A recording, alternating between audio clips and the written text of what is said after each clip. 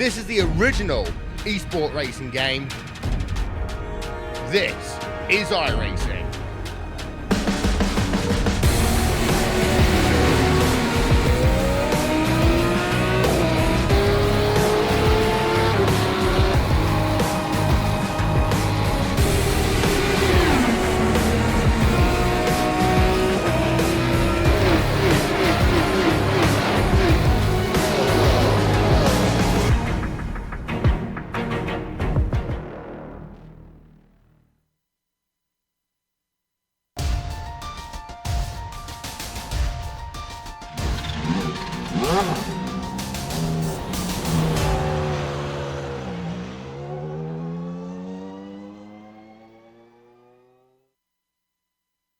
Each of our championship points leaders have 4 wins apiece, and both of the drivers chasing them each have yet to win this season.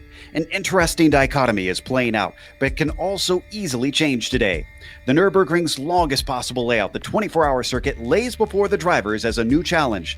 This series has never run this version of the track before, and it raises a few questions about how it all will work out. Will their prior experience with a regular Nordschleife come to their aid? We'll find out soon as we get ready to watch Round 8 of the iRacing Kamel GT series, and you'll see it all live here on the Global Sim Racing channel and the iRacing Esports Network. Hi, I'm Joe Peak, and with me in the booth is Nick Schmeg. Behind the scenes is our director, the Dr. Amjad Yaman, and he's using cameras provided by Dougie Beard.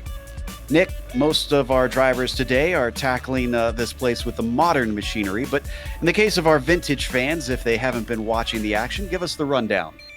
Yeah, Joe, many of the drivers in this series today are taking a leave of absence because of the 24 hours of Nurburgring being run right now.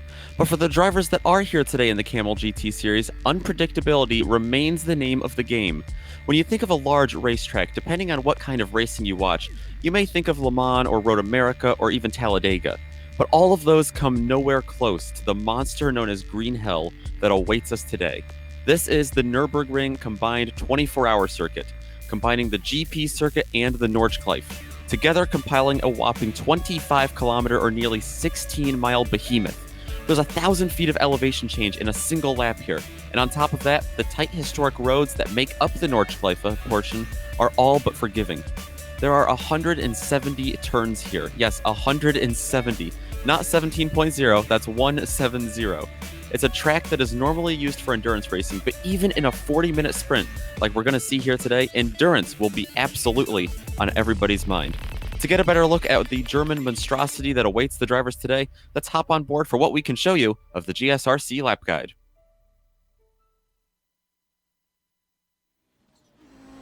All right, we've got Phil Lake in the GSRC Audi, so let's do a lap around the Nürburgring. The Yokohama S provides a great place for overtaking, but you can see just how long the braking distance is in this older car. You've also got to be careful with how tight this chicane is, because drivers might take different lines into here, and you can trip over each other. We don't have time to show a full lap, so jumping up to the Vidal chicane, you can see this is a much quicker chicane than the modern GP course. Don't expect many successful passes into here. But the bigger concern is the entry onto the Nordschleife, where it gives you a rude introduction to what you're in store for. It's easy to get sucked into the wall to the outside if you get back on the power too soon, so watch out. Down the ways you reach Flugplatz. You're going to get a bit of air here, but you've also got to be immediately ready for the double apex right-hander that follows.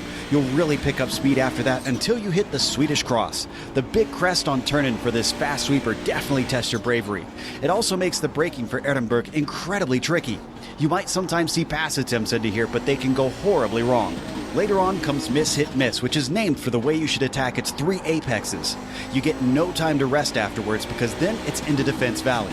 If you ask me, this is one of the toughest braking zones of the lap, and the lack of runoff means drivers often wind up in the Armco when they screw it up. One of the more well-known corners is the Lauda Kink. In this car, it becomes a frustrating complication for your braking into Bergwerks. This uphill right-hander is incredibly important because of the long, steep climb that follows. And at the top of that climb is the infamous carousel. The worst possible thing you can do here is try to take too much speed through it and pop out onto the flat. You're likely to slam into the barrier if you do. Later on, you'll get all 4 wheels off the ground at Flansgarden. But like Flugplatz, it chucks you right into a series of fast corners and a long stretch on the throttle. Closer to the end of the lap, you've got the mini carousel. Quicker and shorter than the other one, it can still lure you into attacking it too hard. That leads up to Gallows Hill. This is the most important turn on the circuit. patience is required to avoid getting onto the power too early, but at the same time, you've got to carry as much speed as you can because this dumps you onto the Dottinger Hoa. It's the longest straight on the whole course, and at the end of it is Tiergarten and Hohenrad. It's a set of S's that gradually tighten with each back and forth. In qualifying, you certainly don't want to throw it away here because this is where you finally return to the pit straight at the GP circuit. It's frightening, it's narrow, and it's challenging, but hopefully you've now finished a lap around the Nurburgring.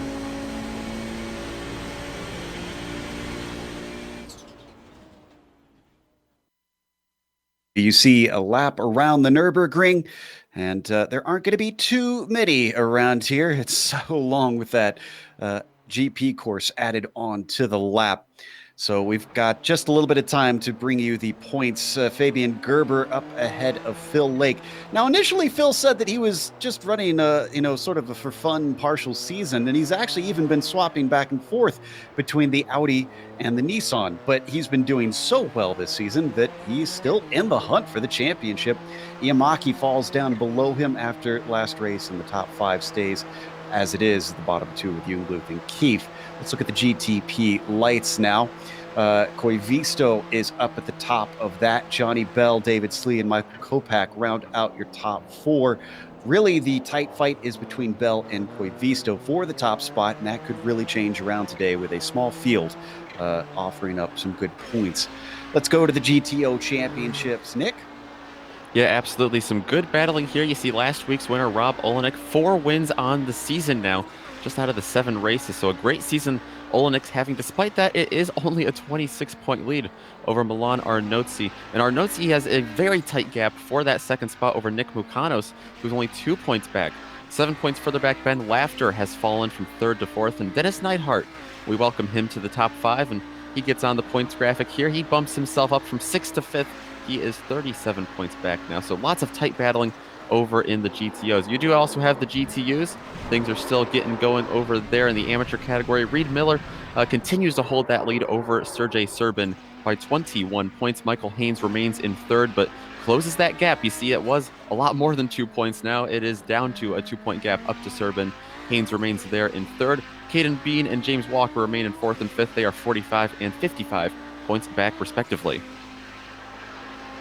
This race today will, of course, as we see just what kind of air some of the Audis will be getting, includes at least 40 minutes of racing. We'll have probably a little bit more because if they go by the line with an extra lap, well, that's going to be a lot of time. There's no scheduled stop for fuel. This is the sprint format that they're running, surprisingly, which makes me wonder whether or not we'll actually see any cars get lapped. It is round 8 out of 12 in this season. There you see the points that are on offer. The Audis will be scoring quite a bit because I believe we have only about 10 of them here today. And already we are ready to go to the grid here in a moment because qualifying took place earlier this week. So it is not attached. That was simply warm-up. Your grid will be as stands. Fabian Gerber starts on the pole with Justin Albrecht in 2nd place.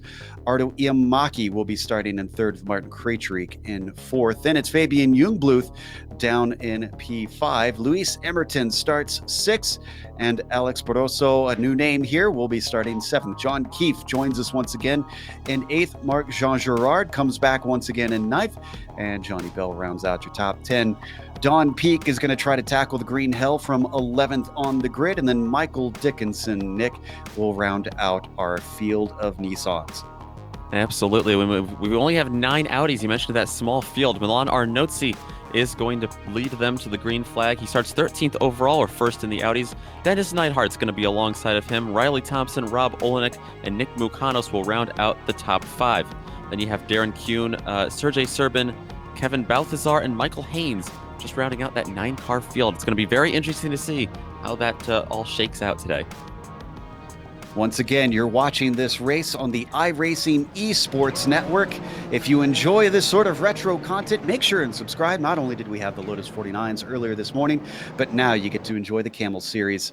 Click the subscribe button on their YouTube page and it'll show up in your feed each week. Already we're pacing off down the Dottinger Hoa under Antonius Busch towards the start-finish line. The small field somewhat somewhat attributed to this very track today. They, of course, have the 24 hours of the ring on iRacing, the official 24 hours of the ring for the iRacing service taking place right this moment, has been going on since earlier this morning. Many of these drivers love endurance racing and sports cars, so of course they've hopped over to try and challenge that. It's taken them away, but we've still got enough of that. I think we should have some fascinating racing as they ride behind the Porsche pace car. Coming up to that pit entry, they're going to be released. Will we see any lapping? It'll probably only be once, most likely. Fabian Gerber immediately gets on the power, and he is off and on his way. Looks like Albrecht is going to slot into second, but he's already thinking about first place as he comes to the outside of Gerber, who covers off the inside into the first corner. They all accordion together into the Yokohama S. And though we've got a bit of side-by-side racing, I was going to say it's clean, but Martin Krejcik gets turned around. He eventually gets it back together, but we've got to go to the GTOs. Absolutely. They were single file when they got to the start-finish line, but it was anything but that. 3 wide down into turn 1. Dennis Neidhart comes out on top of that. Arnotzi remains in second, but Riley Thompson, after a daring move, will remain in third. Now he's got to hold off the likes of Rob Olenek. A crazy start over here in the GTOs. 12 GTP cars and 9 GTO cars take the start. How many will see the finish here today? We'll find out in about 39 minutes or so. As they work their way now, riding on board with second place Neidhart through Dunlop. He goes a little bit wide.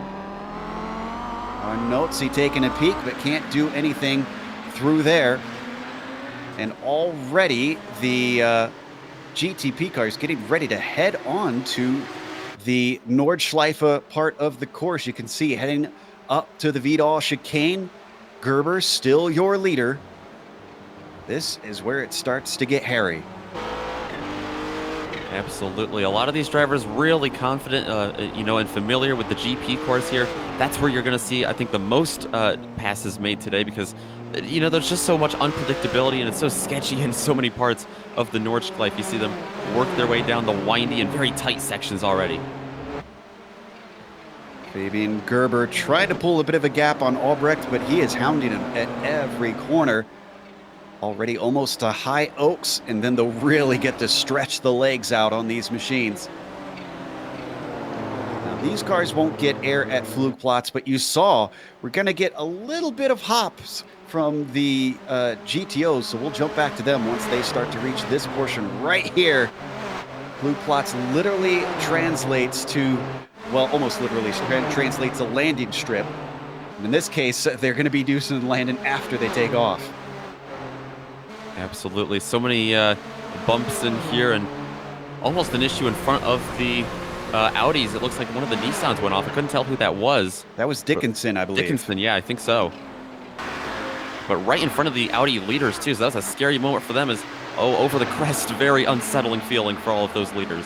Whew, a number of them got all 4 wheels off the ground. That was impressive. But I think everybody is through clean. Dickinson, however, is having a horrible first lap. So is Krejcik. I think he had another issue into Ehrenberg. There you see he's got a lot of damage. I think he hit the wall in the Swedish cross. I think we've got this replay first with the Swedish cross. Let's take a look here. Lots of damage on that car. Had to have hit multiple different times. I think that's John Keefe's next to. Side by side. Now, I would have thought they'd be able to go through there side by side, but apparently not. Krejcik absolutely pounding the wall. In fact, he's called it a day. Pulled off to the side of the track. Apparently too much damage on that car. Already, we've claimed 2 victims here on the Nordschleife version of the ring. The Nordschleife portion of the ring, I should say. But we've jumped back up to the top of the GTOs. It is Neidhart in front of Arnotzi. Thompson rides back in third before you get a bit of a gap back to Olenek. Yeah, both Neidhart and Arnotzi looking for their first win of the season today here in the Audis. It's been dominated by Olenek and Hagner. They've shared all 7, so I'm sure both of these guys would love to pull away from Olenek, who is all the way back in 4th, like you said. And this fourth place doesn't necessarily mean anything as Thompson has a hairy moment coming down into Defense Valley. Somehow gets away with it. He was almost 2 wheels in the grass up to there, but he's now got some ground to make up on Arnotzi.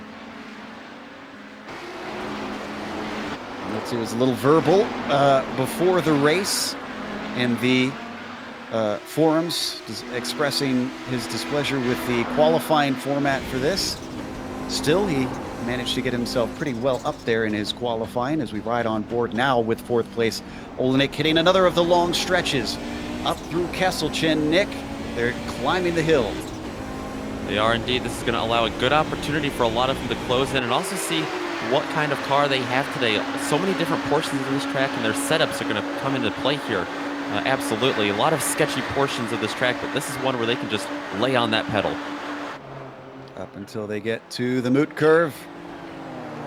This is called Bravery Corner. You can see why. Not a lot of runoff. It is very fast. Climbing uphill. So far, looks like most of that field is going to be able to make it through. And already, Neidhart has hit Style-Strecke, which leads us to the infamous carousel. Arnotzi really trying to close in on Neidhart. Also, Olenek really reeled in Thompson there quite a bit. Into the carousel. Will they be able to close in anymore? Up at the front, let's check in on the GTP leaders. It's been a while since we looked at this, and I tell you what, Justin Albrecht continues to put pressure on Gerber, but now they are joined by Ardo Iamaki, and they're coming up to the other spot where you can get air. There is Flansgarden swinging through, coming towards the Beloff S's.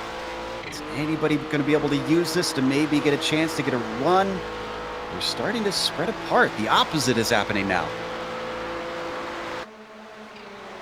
Just a little bit. Iamaki's really got to keep in reach of Albrecht here. Doesn't want to let this slip away early from him. And what'll be fascinating is they're coming up to the Dariner Hoa soon. And these Nissans not known for having draft battles, but I suspect this is long enough that they're going to... we might see some passing here on this straight. Let's put it that way. Yeah, I suspect we saw a lot of leapfrogging back and forth last week at Le Mans on the long straightaways there, so I wouldn't be surprised. Of course, less elevation change at Le Mans as well. It's going to be interesting to see how these cars play out, but here they go. Albrecht starting to close in on points leader Gerber. Fabian can do nothing here, and Justin is going to elect to take the pass, it looks like, as he swings on around through Antonius Beach. Oh, we've got trouble back at the GTOs. Rob Olenek has gone off in a side-by-side battle with Thompson. Let's take a look and see how this happened. Oh, you know what? This started when Thompson went off at Flansgarden. This is what got them side by side. Oh, and there's just not enough room over that crest where once again, they get incredibly light. That car was Nick Mukanos having to take evasive action and successfully squeaking through. Yeah, you're right. That was Thompson rejoining the track safely, but like you said, Olenek, just nothing he could do over that really scary crest. Unfortunately, not landing all 4 wheels like he'd like to. Well, he's able to get it going. He's down in 5th now with Serbin probably closing up, considering the immense damage that hit probably caused him. And there you see in a straight line. Oh, wow. Olenek is not looking good as Serbin just freight trays him. Meanwhile, we've had a change for the lead once again. Gerber got back by Albrecht. Seeing if this happened just now. In fact, it did in a Dunlop. Take a replay of this, see how it happened. Just straight out braked him. Yeah, looks like just a textbook pass. Iamaki not able to do anything with it, even though he had Albrecht to the outside. And well, I take that back. Yeah, he's already by. Interesting. Albrecht seems to be struggling here on the GP course. And so is Gerber just a little bit, it looks like. He had one slight off almost on the GP course while we were at replay. It allowed Iamaki to close in. Or allowed Albrecht, I should say, to close in. He had second place back at that point. Yamaki now the one hunting down the number 1 car. Tight and twisty through here with a number of awkward braking zones until you finally get to be flat to the floor out of High Oaks. Look at Albrecht now trying to recover. Yamaki indeed falling off of Gerber. Seen a few cars heading in for repairs. Martin Krejcik has come in. Don't need to go to him. Let's see what Albrecht has on Yamaki. We ride on board the Buckeye driver. He's closing. He's closing. Does he dare try what Krejcik tried? He's going to be the same spot that he was, and he holds the car on course. Yamaki wavering, though. 2 wheels in the dirt, keeps it together as they break for Ehrenberg, but he still loses second place to the number 4. Yeah, you could really see the inexperience just in all of these drivers with these cars on this track there. Yamaki, one of the most veteran drivers in this series, and still didn't feel comfortable enough to not get over onto that shoulder. Almost lost it himself by doing that. They continue on. Gerber's still your leader. Albrecht up to second now. Yamaki down to third. Let's not ignore Luis Emerton running a very quiet 4th place. He is being chased by Alex Barroso. But Emerton, remember, he started this race in 6th. He's up 2 spots. Not looking too bad.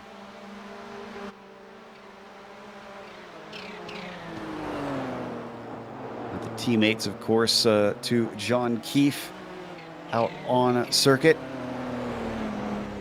I think most of them are looking like they're settling in, though, just focusing on racing the track and not each other. Yeah, that's kind of the name of the game for them right now, at least in the first, I'd say, 30 minutes of this. They just want to get to position themselves to gain some spots here at the end. We've watched the GTPs for a bit. Let's jump back to the GTOs. The lead is still relatively close. It is Neidhart and Arnolzi. Because of Thompson's issues coming together with Olenek, he's fallen back about 6 seconds, so he's got to really hustle to get back in the game here. And Mukanos behind him is another nearly 3 seconds back. So those top 2 have certainly separated themselves and got a little bit of clean track to not have to worry about the rest of the field for the moment.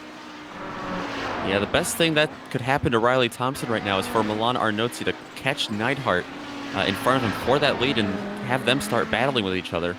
It's so hard to have a really long battle here just because of the nature of the track, but if Arnolzi cannot get up there and disrupt some things, Thompson definitely, I expect him to see close in at least a couple seconds. Neidhart's got to be hungry for a win. This is certainly the opportunity for everybody to catch Rob Olenek, who elected not to pit despite the lack of straight line speed. See how he can make up time through the Nordschleife's twisty parts. Arnolzi now coming down into the defense valley, still giving chase on our leader, the number 5, Dennis Neidhart. Arnolzi looked really strong on the Grand Prix course. That's where he gained most of this time on Neidhart, the last lap around. And don't forget, Arnolzi had the pole over Neidhart in this class, so he might be faster than him and is essentially being held up right here. He's not applying a lot of pressure. Could be that they're simply close on pace. Let's head over to 7th in the prototypes. Haven't put Johnny Bell on screen much yet. Well, he's got John Keefe with him. And then don't forget behind them, Jean Girard. And actually, they've got Don Peake in there too. He's staying in tow. These 3 make their way, these 4, I should say, make their way through the carousel there. Close battle here is John Keefe and Jean Girard there for 9th, or for 8th rather. And this time I actually do have quite a bit of knowledge of at least one driver's experience. I know that Don Peake has run numerous laps around the ring. He and I have certainly competed against each other in hot laps around here, so no surprise that he showed up to see if he can maybe make a difference, having had quite a bit of experience around the green hell. He's certainly putting some pressure on Marc Jean Girard for the moment. Oh, and I spoke too soon. He was definitely catching him, though. he's going to blame me for commentator's curse on that one, I think. Just a little lack of concentration. He can still go, but his car is crabbing badly. Here, down into Brunchen. Oh, yeah, 2 wheels in the dirt, and that was all she wrote. Yeah, he's taking that behind the pit road wall as well. Coming back to the leaders. Here we go again. Gerber being overtaken by Albrecht on the Dodinger Hoa. Now, this worked last time, but then Gerber got him right back in the GP course where we thought he was struggling for a bit. At least on the second half, he certainly seemed to be, as he almost brushed the wall coming off of Hohenron.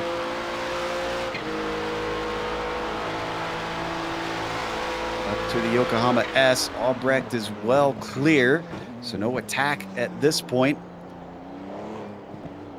Car's doing just under 7 minutes 30 seconds a lap in these Nissans. The Audi's running about a minute slower, so I have to do some quick math to see if they actually are going to catch any lap traffic at all. There we see the lead cars down in the GTOs. Neidhart being chased by Arnozzi, but he's left him behind somewhat. It's now 1.3 seconds. He has. We were talking about Arnozzi maybe managing this gap right here, maybe being faster than Neidhart. He had a faster qualifying speed, but it doesn't really transfer to the race from what we're seeing so far. Yeah, his race pace is certainly not looking quite as strong. They come out of the Dodinger Hoa, and even though he's 1.2 seconds back, this should close back up. Let's see what kind of draft these boxy cars are going to offer. Getting faster and faster, 180 miles per hour now. There's a lot of grunt in these machines. Looks like maybe slight front damage on the nose of Dennis Neidhart as well. I would say that, and I look back at Arnozzi, it looks like maybe for him as well. And as they get to the end of it, let's switch over to John Keefe because he's had some issues. This was into Valvoline. This lost him 2 positions. Yeah, just slid here, it looks like. Almost got into Johnny Bell and Marc-Jean Girard, who are battling behind him. Looks like Ford corner, actually. The right-hander, unfortunately, a little too slippery. The Pennsylvania driver behind the Hoosier, just trying to find a way through, and at the last moment, managing to pick a way by. So we come back live. Johnny Bell is behind Marc-Jean Girard. Got overtaken by the number 15 when he had to slow up avoiding that spin. We can also report that Milan Arnozzi was not able to close in much on Dennis Neidhart there. We were watching that battle happen. And Arnozzi having a little bit of a slide there. On screen, we saw Jean Girard get repassed by Bell. This battle is going to continue. They're fighting incredibly fiercely. Mark not afraid to get right up underneath Johnny Bell's car. Yeah, these two have been nose to tail for practically this entire race. They had John Keefe, like we saw earlier before he went off, in the mix. They had Don Peak as well. It was 4, they've dropped to 2. And attrition playing its role for sure. So Bell now is giving a nice little slipstream to Jean Girard. Up through Flug Platz, down toward the Swedish cross. All right. Is he close enough? He dropped off a little bit. Getting ever closer, but I don't think this is going to be enough unless he's really brave through the Swedish cross. And indeed, he's going to drop back slightly. Jumping up forward, we mentioned Emerton and Barroso were fighting earlier. Well, they haven't separated, but they also really haven't gotten a whole lot closer. The number 11 still chasing the number 10. Yeah, we haven't seen Barroso in this series much recently. Continues to close in as much as he can, like you said. Kind of at a stalemate right now. Coming through the Lauda Kink towards one of the most important corners, Bergwerks, and it's up the hill they go. Kasselchen just holding at about 1.1, 1.2 seconds back. Let's stay with this, but I want to report that Albrecht is starting to stretch away from Gerber. It is now 2.5 seconds, so Albrecht seems to have incredibly good pace here on the Nordschleife portion. Yeah, Gerber really looks like he's struggling, taking a couple different racing lines than Albrecht is as well through the Nordschleife. So many different turns through the carousel. Gerber trying to gain anything he can on him. I think we've had a couple more cars have to take to the pits to repair damage. Darren Kuhn and Michael Haynes have both been sitting on pit lane. And here we've switched back to Neidhart and Arnotzi because Arnotzi continues to use the draft to keep Neidhart under pressure. Yeah, this is perfect for Arnotzi so far. We've seen Neidhart slip away just a couple times, but apparently that draft, powerful enough for Milan Arnotzi in the 7 behind him to keep him within reach, not letting him slip away yet, 20 minutes in. Yeah, we're already halfway through this race. We haven't pointed that out yet. We're only on lap 3 currently. So actually that makes me wonder, where is Albrecht compared to the last car running? He's actually not even come around to the same lap. Dickinson is the last car running. He's on the GP course, while Albrecht is currently, I believe, working through the Beloff S's. And ironically, Dickinson is within his own class. So we were more worried about the GTOs. So as Albrecht works through the mini carousel, another second gained by the number 4. It is 3.2 over Fabian Gerber. And I'd say Gerber is well out of the draft now, so he's not going to be able to pull the same trick on Albrecht that he did on Fabian. Yeah, absolutely. Gerber was only a half second behind at the finish line last time around. It just shows you how long a lap around here is and how much time can be gained or lost. But yeah, you're right. I'm not seeing any kind of draft at all from Gerber onto Albrecht here. Right on board with our leader, looking back, and you can see how much distance they've gained. And just to give you an idea, I said how much grunt the GTOs have. Well, the GTPs also are getting up to 180 miles an hour down that Dottinger Hoa. They are even on top end. Big difference seems to be made. And the high-speed corners where these GTP cars have so much more downforce.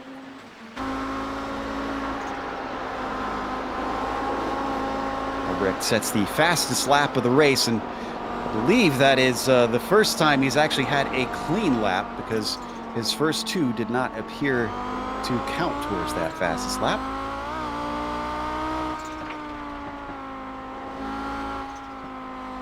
Back on board with our leader of the GTOs, once again, Dennis Neidhart. Yeah, I've been watching Arnotzi continue to try to chase him. Neidhart goes a little wide there, actually. Almost a little bit of a scary moment for him, maybe. These two are pulling away from third place. Riley Thompson behind them. It is about 9.5 seconds. He is really no threat at this point. Thompson might have a little bit of damage, but we're not sure. I'm not really seeing much from our camera angles, but he did make slight contact with the likes of Rob Olenek. Yeah, he still has a big gap back to Nick Mukanos there, who's right behind him in 4th. Yeah, about 4.3 seconds that Mukanos has to gain to get up to Thompson. Of the drivers who have met that attrition, none have made it out on track except for Michael Dickinson, I believe. Unless Dickinson did not go in. Actually, I think he didn't pit, potentially. Not seeing any on my timing and scoring. Kuhn, Haynes, Krejcik, and Peak are still sitting hoping that they can get back out for the final 15 minutes. This is Johnny Bell on the GP course, starting his 4th lap. Tell you what, now that Marc-Jean Girard has gotten by Bell, he has really done a good job of pulling away from the number 18. He's got 7.5 seconds. Yeah, huge gap. Like you said, over 7 seconds, within a matter of, just a couple of kilometers. He was able to do that. Some incredible pace out of the 15 car there once he got around. And we're seeing that a couple different places all over the track, especially in the GTO lead. Jean Girard just got held up behind Johnny Bell, and once he got around, he could really show his race pace. We were wondering if that's the same thing happening with Arnotzi and Neidhart. Meanwhile, we've switched up to 4th in the prototypes. Luis Emerton still being chased by Barroso. And I love how when we switched over here, this track really, of any, shows just how much the cloud cover model that iRacing has implemented can make a difference, because it is super bright and sunshiny. You saw on the GP course, it was very dark and gloomy. The clouds had covered there, but not necessarily here. It is actually pretty hot today, so they want those clouds to cover as much of the course as they can. 102 degrees on the circuit, but I'm sure that depends on where they're currently measuring that. Yeah, lots of land here to cover this track.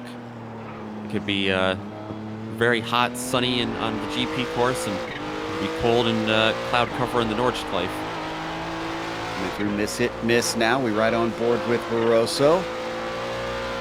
Still tucked up behind the number 10. And, and that is Luis Emerton with a big off coming through Defense Valley, having to put 2 wheels on the grass to avoid him. Barroso manages to get by, and they were catching Iamaki. That's what threw me off there when suddenly that incident happened. Let's watch on the replay. There's Iamaki right in front of him, and I wonder if that's what threw off Emerton as well. Just clips the barrier. Very well may have. Emerton has rejoined the track, though, and has really not letting Barroso get away. Oh, Barroso having problems now. He's going to spin back on and just nicked Emerton, it looks like.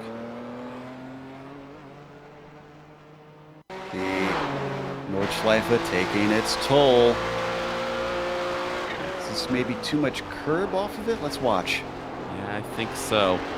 It's like the left rear just hooked it. Yeah. Jumped the whole car upwards, and just like that. Now, Emerton's able to keep going. Barroso, though, has taken a tow. So that'll promote Jungbluth, Jean Girard, Bell, and Keefe all up 1 position. Oh, Dennis Neidhart having severe problems as well right now from the lead in the GTOs.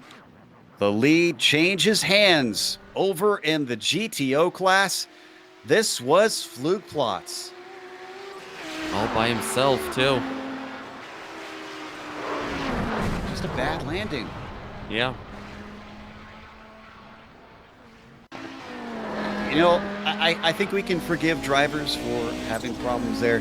There's very few cars and also very few places in iRacing where you actually catch air, at least not on the rallycross side. Yeah, absolutely. And he caught air there like they have, for the entire race there, but it was the landing that just didn't stick. And after that, Emerton had more problems. Looks like he decided the damage was too much, just took a tow. So did Neidhart after another incident later on in the lap. He hit the wall a second time. So now we are down to, I believe, 14 cars left still running. No fit, make that 15. We've got Michael Haynes back out on course after his repairs. And we might as well at this point try and gain a few positions to get it back out there. So that'll promote Milan Arnotzi, like you said, to the lead in the GTO, and it puts Thompson and Mukanos on the podium as well. And Mukanos, we were watching earlier, he is slowly gaining in on Thompson, it looks like. So as this race progresses, it seems like it's going as we kind of expected, to be honest.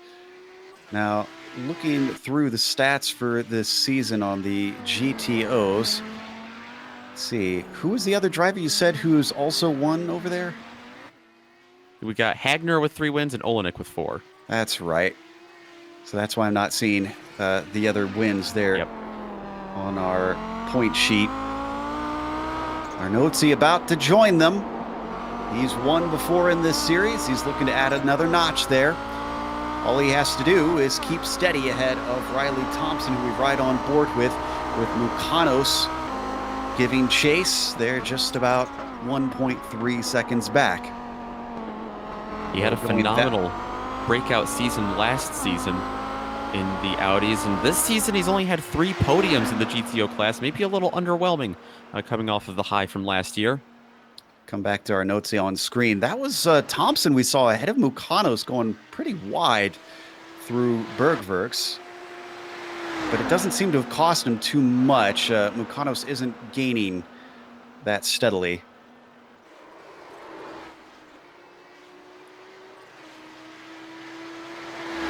What a wild race this has been. And with 9 minutes left, we're going to see the white flag next time by. Justin Albrecht is on the GP course right now.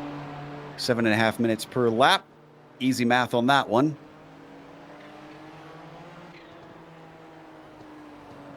And no challenge from behind for Albrecht. He continues to not pull away significantly every lap, but really manage that gap back to second place Fabian Gerber. And third place Ardo Iamaki, a whole 20-some seconds back. Yeah, I was going to say, that's the difference that the ring makes. How often do we say Ardo Iamaki 20 seconds behind the leaders? Absolutely. Holding on to the podium by another 16 or so seconds. Yeah, the next car back is Fabian Jungbluth. Have we had any big climbers this race? It doesn't really look like it. We did have a small field, but even still, Jungbluth started in 5th. He's in 4th right now. Oh, and we lost Emerton. Emerton seems to have not only wrecked out, but he has called it a day and left the server.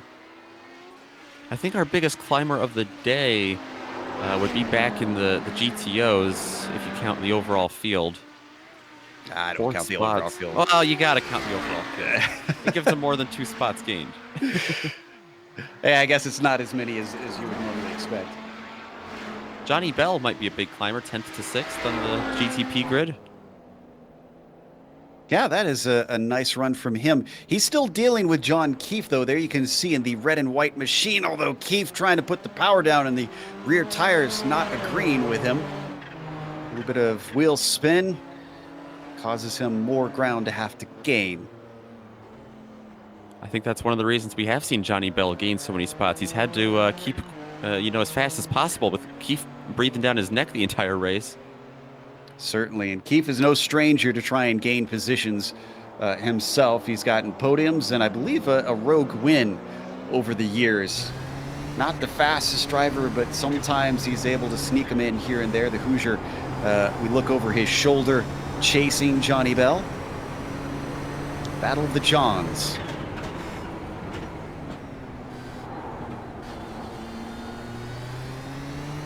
Coming up to the Nordschleife soon enough.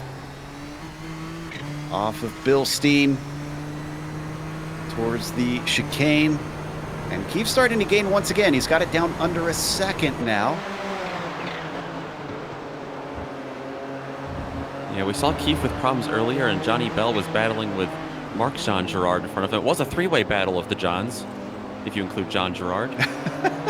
True.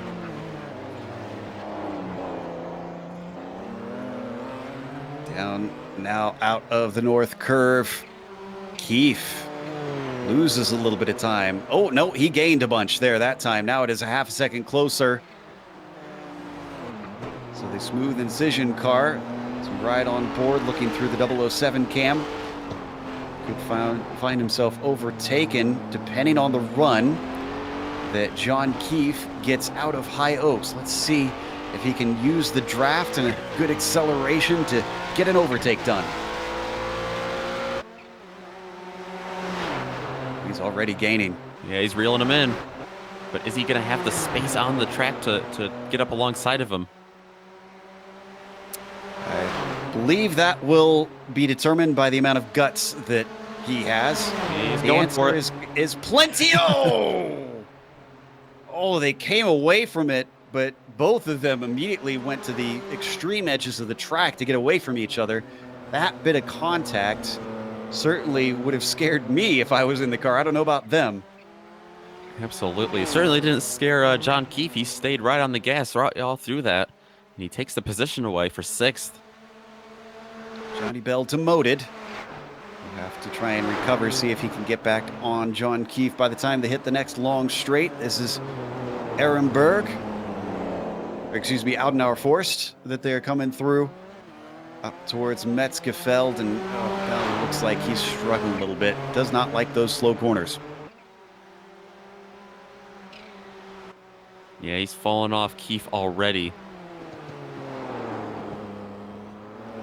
So we've had a number of drivers rejoin. Krejcik is back on track. Darren Kuhn is back out there. Michael Haynes is going once again.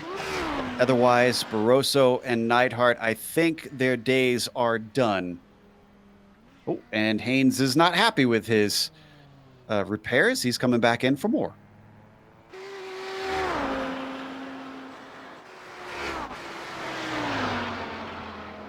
So things starting to spread out, especially between our leaders. Albrecht, who gained quite a bit early on, hasn't lost it, but it's certainly not gaining at the rate we saw earlier. It is 4.3 seconds between Albrecht and Fabian Gerber. Yeah, it's just big enough of a gap where, Albrecht cannot afford to make a slight mistake or put a wheel in the grass. It is a big enough gap, though, to have a little bit of breathing room, be able to manage it just a tad bit. Big enough that he can keep the draft away from the number 1 car. If we could get an overhead shot just to show the distance between them. Number 4 and the number 1 have been duking it out over that top spot. There you see just how far away Fabian Gerber is. Yeah, Gerber can see him. You just can't quite feel the effect of the slipstream. Got to be tantalizing, knowing that you're that close, but just not close enough. Through Tiergarten and Hohenrahen to start the final lap of the race for Justin Albrecht.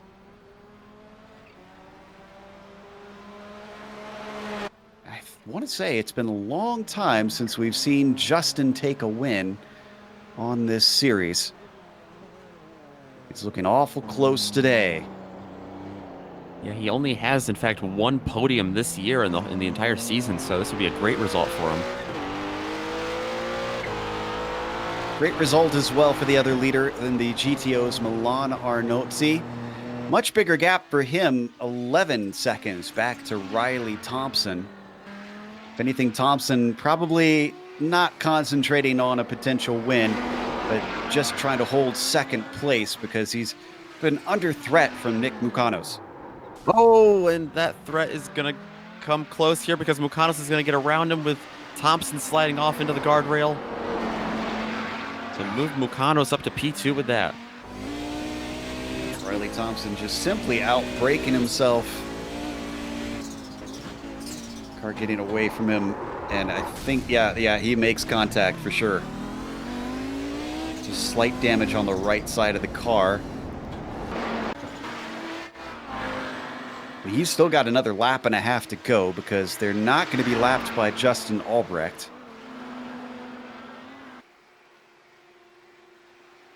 In fact, none of the GTOs should be lapped based on pace. They could yet still make mistakes and be caught by the number 4.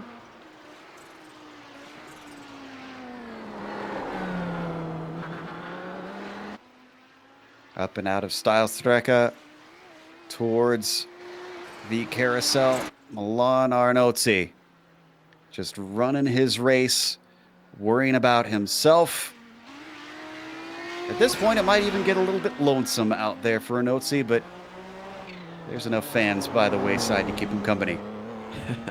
Hopefully he doesn't, one thing we see so often when you are all by yourself is you just slip into that kind of trance of no one else on the track and all muscle memory. That's when you're prone to making mistakes the most, so hopefully he's able to hold on to this. On board with the Dirty Torque driver of Justin Albrecht. He's currently working his way up towards the Swedish cross. He's extended the gap another half second over Gerber. It's now 4.7 seconds. Out of Edinburgh, plunging down into compression past the foxhole. This is one of those danger spots, a very tight kink. And then braking for Oudenauer Forst. He's looking solid through there, thankfully.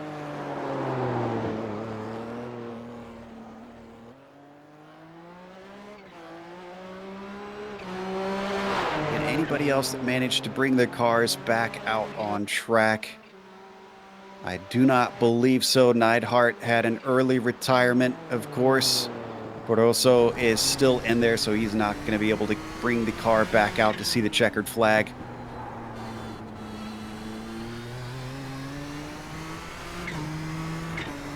Love these onboard shots at the ring, especially in these Nissans. This shows you the just tremendous commitment needed here. And it shows you just how little visibility they have, not just from being in the Nissan prototype, but also just being here at the Nordschleife. Yeah. So hard to get around these daunting turns like that. Yeah, you really need to memorize this place because you can only see about a corner or two ahead at most moments.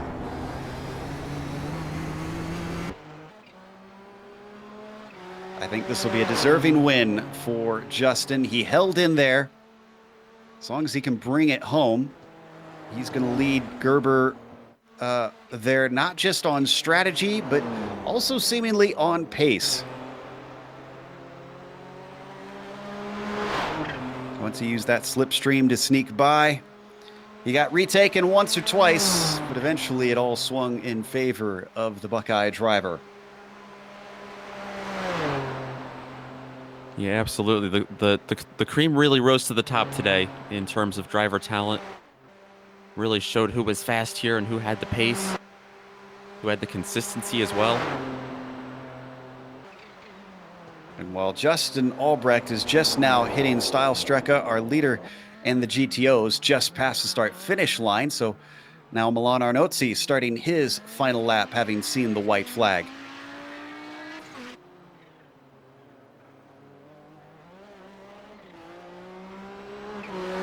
Man, the thing that gets me, Nick, is I can only imagine. Nowadays, we've got the ability to track cars so much easier, to tell what's happening out on track. I can only fathom how long it took for news to get back when a driver had an issue or when a significant change happened. You have to either wait for that car to come back through or either someone on the loudspeaker has to get word from around the circuit.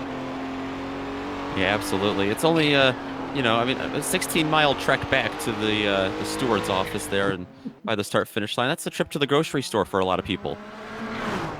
Oh man, you mentioned the stewards. That you have to wonder too. How much did the drivers get away with out on the circuit? Good point. Good point. I think the only saving grace is that there's not really many places you could cut the course through here. Not that you would survive it, at least. I think the fans had a big voice as well, stationed all around the 170 turns here. Yeah, they wouldn't let you get away with that. All right, so is Albrecht now coming through the Beloff S and hitting Swallowtail. Very few corners of those 170 that he has left to go. He does have to keep it clean, though. 4.5 seconds has stabilized between himself and Gerber, but I suspect that is Albrecht managing the gap. Into Gallows Hill. Onto the long Dottinger Hoa. This is where he finally took the lead and did not look back anymore. Gerber doesn't seem to have any sort of answer. Neither does Iamaki. Some mistakes that we have missed somewhere along the way pushed him all the way back to 40 seconds behind these two. Yeah, he's going to have to be all right finishing third place today. Nothing he can do unless Gerber or Albrecht make a mistake in front of him. That's the story for most of these drivers here the last lap. They've got a huge gap in between each other. He's hit Hohenron now at this point. It's been a bit since we've seen the number 4 on the top step, but Justin Albrecht is going to be your victor here today at the Nurburgring. Gerber follows him home, 4 seconds behind. Oh, and fourth place might still change. Jungbluth with an issue, I believe Flansgarden maybe? Figure out where this happened. Oh no, this is Swallowtail. Yeah, and it looks like he got just a little extra curbing here on the corner exit. But I don't think he lost any position there. No, and I doubt he will. Even after that spin, he's a minute 23 ahead of Marc-Jean Girard. He's pretty safe. He could spin again if he wanted to. I don't think he'll want to. Milan Arnozzi is currently our leader, but he was 5 minutes behind at the line to Justin Albrecht. So if you needed to go get yourself a snack or a drink, you probably could before you see the winner of the GTOs.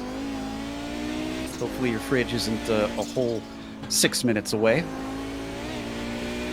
I want your house if your fridge is 6 minutes away. Your house is probably inside the Nurburgring if your fridge is 6 minutes away. They do have a castle in there. They do. So, not sure how the internet is in there, but yeah, Artur Iamaki did manage to get third in the end, and Jungbluth comes across the line now, just off the podium, giving a little bit of screen time there to Arnozzi. He had a little bit of time to be on the screen though with his battle we saw with Neidhart. Dennis actually did get back out on track. I thought that he wouldn't return. He wants to see the checkered flag, and that is a racer I admire. Doesn't matter if you won't gain any positions, just the pride of getting the car across the line. looks like it's going to be a 7th place or a 6th place finish for him as well, so not a terrible result. A missed opportunity as he gets that air over Luke Plotz once more. Now Marc-Jean Girard, who managed to get by not just Johnny Bell, but also John Keefe, comes home with a top 5. I think he'll take this one. He's rated 15th by his iRating, so not a bad job. Absolutely. John Keefe, actually only about 30 seconds. You know you're at the ring when you say only 30 seconds behind. He'll take a 6th place.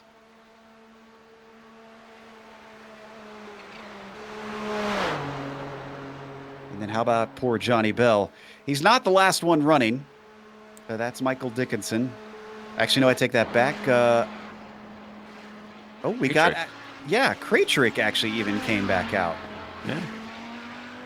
So he's going to try and finish this lap. A number of our drivers just wanted to get to the line. Keefe comes across, and Johnny Bell is also going to finish in his GTP machinery. And then it's a whole more 2-minute wait before we get another finisher.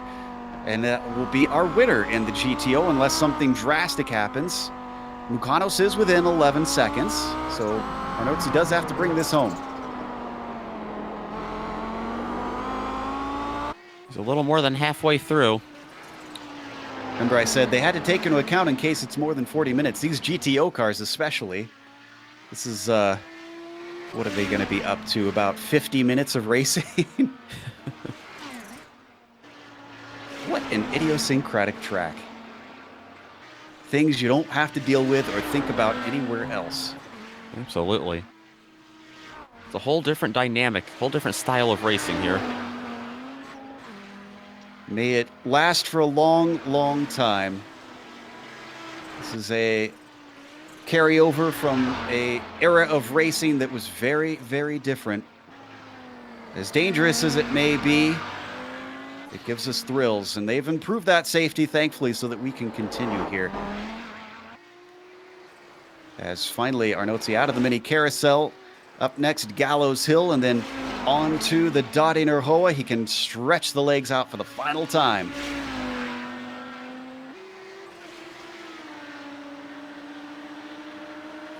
In fact, who is that up ahead? Darren Kuhn. It's like Kuhn, yep. He's 2 laps down, so he is not really a concern. Despite his last name, he's actually Canadian, so don't think that... we do have a couple DH drivers that competed today. Neidhart, who probably would have loved a home win. Gerber, Jungbluth, also from DH. Dickinson hails from there. Now, that doesn't necessarily mean they're German, per se. Arnotzi, the last few set of S's, slowing the car up and onto the throttle, onto the GP course. Give Milan Arnotzi his first win of this season. Across the line for the victory at the Nurburgring. There's no battles behind them, so we need a little bit of a break here on the mic instead of waiting a whole nother few minutes for more cars to finish. So let's take a quick break here on the Global Sim Racing channel. We'll come back with the official results and possibly interviews today. We're not sure. We've had some technical problems. We'll see. But on screen, you're going to see all the upcoming races here on the GSRC.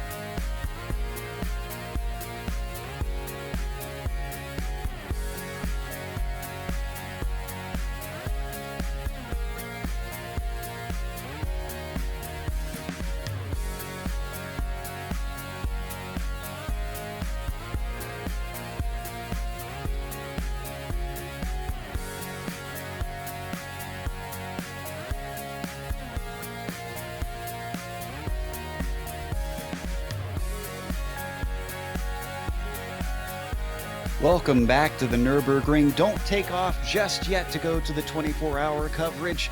because we need to give you not just the results, but it looks like we might actually get some interviews in today as we've got some of our problems sorted out. Of course, the winner in the prototypes is Justin Albrecht. He won by a scant 4 seconds compared to some of the other gaps that we're seeing over Fabian Gerber. But Gerber's going to take today because he's still got points over a lot of his rivals. One of those being Ardo Iamaki. We found out what happened to him. It wasn't any mistake that he made. He just got damage from the circuit itself. The bumps hit his car just wrong. That unfortunately cost him pace. That's why he was so far behind. Fabian Jungbluth eventually got to the line in 4th, and then Marc-Jean Girard followed him to a top 5. John Keefe with a 6th place finished ahead of Johnny Bell, and then we get to the GTOs. Nick? Yeah, that's where we will find Milan Arnozzi, who will come across the line in 8th overall. But first, in the GTOs, his first GTO win of the season. Nick Mukanos be right behind him. He was also looking for his first win with Riley Thompson there in 3rd. Further back, we've got Sergey Serbin and Rob Olenek. They are the only Audis to finish on the lead lap. A lap down, Kevin Balthazar. Further back, Dennis Neidhart, Darren Kuhn, and Michael Haynes. Further down along, you can see there all the GTPs mixed in as well. Yeah, those are all the GTPs that had serious problems and had to get repairs. The driver who didn't get repairs and did manage to finish on the podium is Fabian Gerber. And as we pull him into the booth, Fabian, we were a little bit surprised based on the qualifying that Justin looked faster than you. Did you experience something similar to Ardo where you got damage that we couldn't see? No, not at all. He was just a bit faster, and on this track, he pulled away. He had a very fast lap, 3 or 4, I'm not sure, and then he was gone, and I couldn't hang on. So I just make sure I could finish the race, and I need the points, so I don't need victories anymore. Even though I would like to win, but Justin was just this bit faster, so he won. He did a great job. Obviously, a forward-thinking driver. Speaking of thinking forward, are you racing with a team at the 24 Hours, the iRacing 24 Hours today, or is this it for your ring experience? No, this is it. This is enough ring for me. I'm not the biggest fan of it. Of course, it's great to drive, but it's not. I like more the normal track. It's understandable. It's not everybody's cup of tea. Clearly, you are thinking about the championship this season. Then, with Mid-Ohio coming next, a bit of a reverse situation in which it's a short lap, and obviously traffic is expected to be a little bit more difficult there. Yes, it wasn't difficult at all today since we didn't meet any Audi today. I hoped so, but it didn't happen. But next week it's going to be different, yes. But I like Mid-Ohio. I don't think I've ever driven there with a Nissan, but with a Lotus I did, so I know the track, and I look forward to it, yes. I look forward to it as well. That is Fabian Gerber finishing 2nd today. Mid-Ohio, one of my favorite tracks even. Up next, we have one young gun talking to another. Nick is going to be discussing the race with Riley Thompson. Absolutely. Riley Thompson, his best finish of the season for an in-class result. First podium of the season for Riley. And Riley, that was a heck of a race you had to put up with there. Fell back a little, ran into some problems it looked like. Yeah, it was weird. The whole race, that one corner, the car felt like it wanted to have me brake earlier and earlier. So by that point, I just started sliding out right into the wall. Yeah, absolutely. We saw a lot of the Nissans battle problems, especially we were talking about Ardo Iamaki battling problems with just the nature of the track, ripping up the car. Did the Audis have any problems with that? Did you have experience any problems just with the abrasive surface and nature of Nurburgring? Besides the parts where we kind of take flight, we actually didn't have too many issues. There's a few curbs that you can hit really hard and landing will damage your car, but besides that, we don't have as many of those issues. Yeah, it was fun to see all you guys catch some air here once in a while. Looked like we were watching Rallycross a couple times. Are you running over in the 24-hour race today, or is this all for you? No, we were, but car ended up with some issues on lap 1, so it was just this in the end. Oof, hate to hear that. It's a brutal track. Are you relieved at all to be headed to Mid-Ohio, or would you rather stay here at a track like this? Honestly, I love Mid Ohio, probably even more than this track. So hopefully, I'll be able to race. All right. Well, hopefully you're able to get another podium there. Hopefully we get to talk to you again. That was Riley Thompson, who took a podium at least today, third place in the GTPs. GTOs. So that's going to close us up for today. Now you've got a chance to hop over to that 24-hour coverage. Of course, a big thank you goes to iRacing themselves for putting us on the iRacing Esports Network. Make sure you subscribe so that you can catch more of the Kamel GT series. And a thanks goes to the companies that provide the software and hardware for our broadcast listed here on your screen. Additional thanks to June Lalonde, who provides our wonderful music. See the screen for how to get a hold of more of her great work. And thanks to the team today, Nick, Amjed, and Dougie. If you'd like to find out more about GSRC, including upcoming races, you can find it at globalsimracingchannel.com. You can also check us out on social media. We're on Twitter at GSR Channel, Facebook at Global Sim Racing Channel, and Instagram at GSRC_Graham. As we mentioned, we're heading back to the States from Mid-Ohio. That'll be Saturday, May 11th at 1 p.m. Eastern. We also have upcoming races for other series listed on the screen, so check those out and mark them down on your calendar. But until next time, race clean, race hard, and we'll see you on the track.